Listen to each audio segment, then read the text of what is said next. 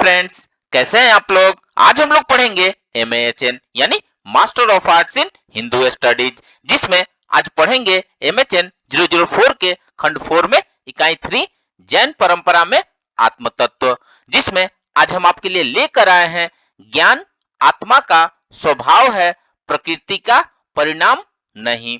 तो video start करने से पहले जो भी फ्रेंड्स हमारे चैनल पे नए आए हैं कृपया चैनल को सब्सक्राइब कर ले और बेल आइकन को प्रेस कर दे, ताकि जो भी लेटेस्ट वीडियो हमारे चैनल पे आए वो सबसे पहले आपको मिल सके। तो आइए ज्यादा टाइम को न लेते हुए चलते हैं अपने टॉपिक पर। जैन परंपरा में आत्म तत्व में ज्ञान आत्मा का स्वभाव है, प्रकृति का परिणाम नहीं। तो आइए वीडियो को स्टार्ट करते हैं। जैन दर्शन ज्ञान और चेतना में कोई भेद नहीं मानता है, इसलिए इस सिद्धांत में आत्मा जिस प्रकार चैतन्य स्वरूप माना गया है उसी प्रकार ज्ञान स्वरूप भी माना गया है। यद्यपि सांख्य दार्शनिक भी आत्मा को चैतन्य स्वभाव मानते हैं, लेकिन उसे ज्ञान स्वरूप नहीं मानते हैं। इसके लिए मत में ज्ञान प्रधान का परिणाम मानते हैं। प्रकृति और पुरुष के संसर्ग होने पर अचेतन बुद्धि में घट पटादि विषय का एवं दूसरी तरफ से चैतन्य का प्रतिबिंब पड़ने के कारण पुरुष अपने को ज्ञाता समझने लगता है। वास्तव में बुद्धि ही घटादि पदार्थों को जानती है। आत्मा का ज्ञान स्वभाव न मानने के कारण एक यह भी है कि सुषुप्ति अवस्था में ज्ञान का अनुभव नहीं होता है। अब नेक्स्ट पढ़ते हैं आत्मा का स्वयं पर प्रकाश।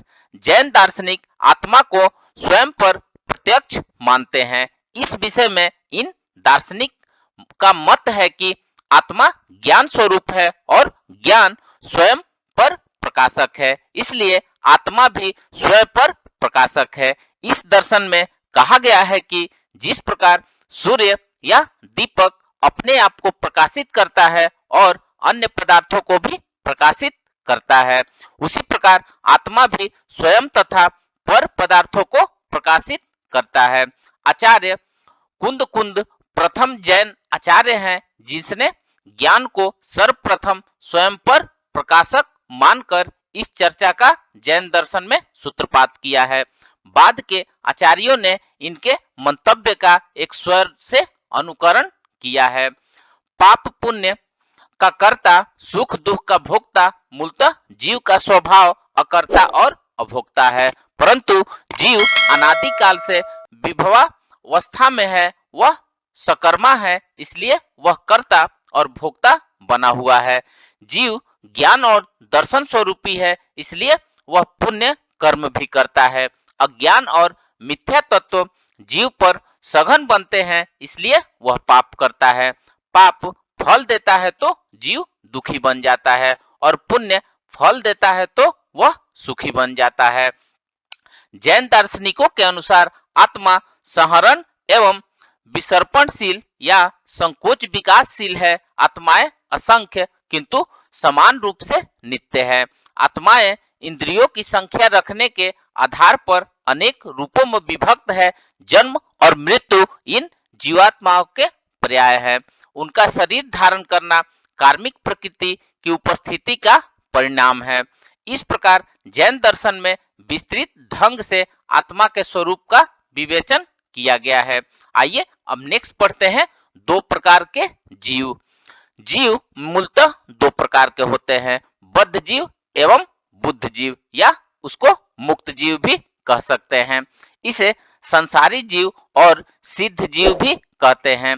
कर्म जाल में बद्ध जीव संसारी जीव है और कर्म मुक्त जीव सिद्ध जीव है। संसारी जीव सदा काल से संसारी जीव है, परंतु सिद्ध जीव सदा से सिद्ध नहीं है। किसी समय सिद्ध जीव भी संसारी जीव थे, कर्म मुक्त बनकर उन्होंने सिद्धत्व का वर्ण किया है।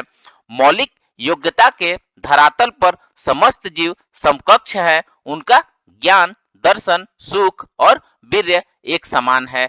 जैसे समस्त बीजों में महावृक्ष होने की समान योग्यता है, परंतु वही बीज महावृक्ष हो पाते हैं जिन्हें समुचित वातावरण प्राप्त हो पाता है।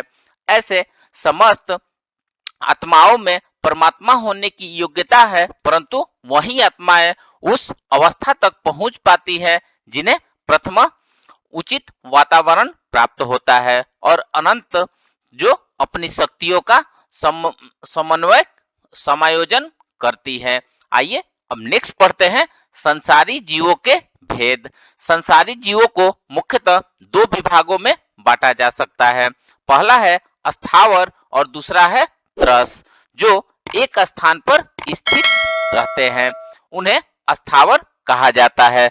समस्त अस्थावर जीव एकेंद्रीय होते हैं। अस्थावर जीव 5 प्रकार के हैं, जिसमें पहला है पृथ्वी का, दूसरा अप्त का, तीसरा तेजस का, चौथा वायु का और पांचवा वनस्पति का। अस्थावर जीव 2 प्रकार है, सूक्ष्म और बादर। सूक्ष्म या स्थावर जीव समग्र लोक में व्याप्त हैं, जो अत्यंत सूक्ष्म होने से दृष्टिगोचर नहीं होते हैं। पृथ्वी, पानी, अग्नि और वायु को ही शरीर रूप में धारण करने वाले वादर अस्थावर कहलाते हैं। वनस्पतिकाय के 3 भेद है। पहला है सूक्ष्म, दूसरा प्रत्येक और तीसरा साधारण। सूक्ष्म समस्त लोक में सूक्ष्म रूप से व्याप्त वनस्पति। प्रत्येक मूल, फल, फूल, पत्तों आदि में प्रत्येक में स्वतंत्र जीव का अस्तित्व होना। साधारण एक ही शरीर में अनंत जीवों का निवास होना। त्रस जीवों के 4 भेद हैं, जिनमें पहले है द्विदिंद्रिय, दूसरा त्रिंद्रिय, तीसरा चतुरिंद्रिय और पांचवा पंचेंद्रिय। जिन जीवों के पास स्पर्श और रस है, ये 2 इंद्रियां हैं, वे द्विइंद्रिय जीव कहलाते हैं, जैसे सीप, शंख, जोक आदि।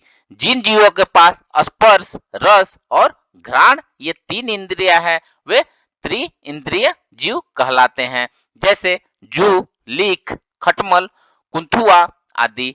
जिन जीवों के पास स्पर्श, रस, घ्राण और चक्षु है यानी आंख है, ये 4 इंद्रिय हैं, वे चतुरिंद्रिय जीव कहलाते हैं, जैसे मक्खी, मच्छर, भौरा, पतंगा, डांस आदि।